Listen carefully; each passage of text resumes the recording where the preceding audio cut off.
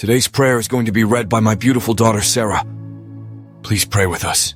Heavenly Father, as we stand on the threshold of a new Friday, we gather in prayer, grateful for the week that has unfolded and anticipating the opportunities that tomorrow holds.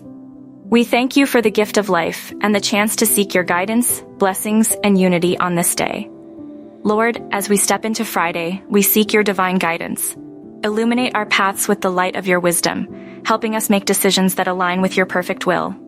May your direction be clear, and may we walk confidently in the purpose you have set before us. Father, we open our hearts to receive your abundant blessings on this Friday. Pour forth your grace, favor, and joy, turning ordinary moments into extraordinary displays of your love. May your blessings be a source of inspiration, encouragement, and gratitude in our lives. On this Friday, Lord, we pray for unity within our community and beyond. Bind us together in love, understanding, and shared purpose.